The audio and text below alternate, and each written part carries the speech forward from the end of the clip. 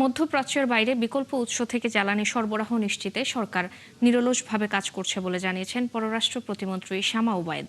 সোমবার ত্রয়োদশ জাতীয় সংসদের প্রথম অধিবেশনের চতুর্থ দিনে এক সম্পূরক প্রশ্নের জবাবে একথা জানান তিনি। এ সময় বর্তমানে দেশে কোনো জ্বালানি সংকট নেই বলে জাতীয় সংসদকে আশ্বস্ত করেন পররাষ্ট্র প্রতিমন্ত্রী। সংকট বর্তমানে বাংলাদেশে নেই। আচ্ছা, দ্বিতীয় কথা হচ্ছে জ্বালানির যাতে একাধিক সোর্স থেকে আমরা সরবরাহ করতে পারি, সেই জন্য ইতিমধ্যেই মাননীয় প্রধানমন্ত্রী একাধিকবার আমাদের সাথে বসেছেন। জ্বালানি মন্ত্রণালয়, পররাষ্ট্র মন্ত্রণালয়, বিভিন্ন সংশ্লিষ্ট মন্ত্রণালয়ের সাথে উনি বসেছেন।